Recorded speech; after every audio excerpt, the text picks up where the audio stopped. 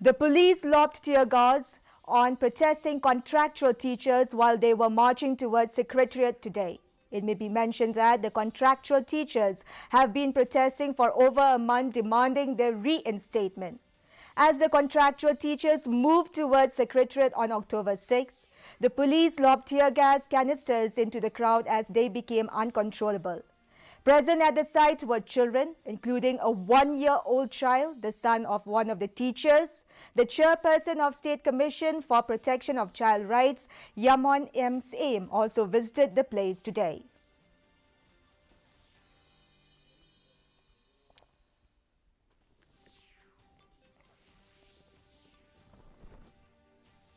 This charge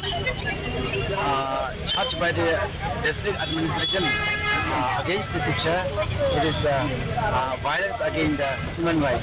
Because from the Mot Kianglongba, I have already announced, don't do anything harmful, because with us, the pregnant teachers, along with us, the children, come along with us. Then why the police department and district administration charge this tear gas?